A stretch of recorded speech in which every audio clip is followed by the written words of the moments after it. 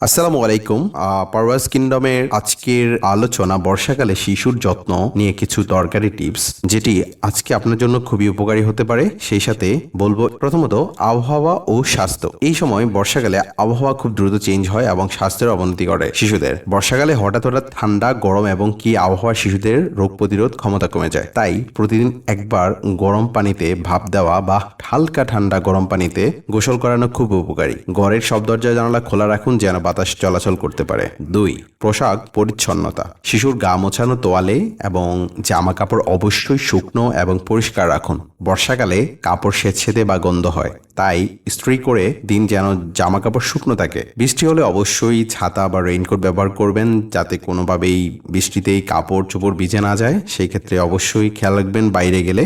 পুষ্টিকর খাবার এই সময় খুবই জরুরি, কারণ এই সময় পেট খারাপ, জ্বর, কাশি হতে পারে। তাই শিশুদের দিন ঘরের তৈরি খাবার, যেমন গরম খিচুড়ি, সবজির স্যুপ, চিরা পায়েস এবং দুধ সুজি মিক্স করে আপনি রান্না করে খাওয়াতে পারেন। সেটা শিশুর স্বাস্থ্যের জন্য খুবই উপকারী। বাইরে পাসপোর্ট বা ঠান্ডা খাবার একদম এড়িয়ে চলুন, কারণ এগুলো শিশুর পেট খারাপ হতে পারে। 4 নম্বরে মশা বা মাছি বা ইত্যাদি জীবাণুর সংক্রমণ থেকে মুক্তি পাওয়ার জন্য আপনার যা করবেন, বর্ষার মশার উপদ্রব বাড়ে, তাই শিশুর ঘরে মশারি ব্যবহার করুন। পায়ে কাদা লাগলে বাইরে খেলার সময় সেক্ষেত্রে অবশ্যই সেটি সাবান দিয়ে ধুয়ে ফেলুন এবং পরিষ্কার রাখুন। সেই সাথে অ্যান্টিসেপটিক অবশ্যই ব্যবহার করবেন। খেলনার পেছনে যদি কোনো জীবাণু অথবা পানি লেগে থাকে, সেটি মুছে রেখে শুকনো জায়গায় রাখুন, যেন শিশু অন্য সময় খেলার সময় যেন খেলতে পারে। সবশেষে এটাই বলবো, বর্ষায় আপনার সোনামণিকে সুস্থ রাখুন। পারওয়াজ কিংডমের আজকের এই ভিডিও যদি আপনার ভালো লাগে, আপনি নিজে আপনার টাইমলাইনে রেখে দিতে পারেন, চাইলে অন্যকে শেয়ার করে দেখাতে পারেন।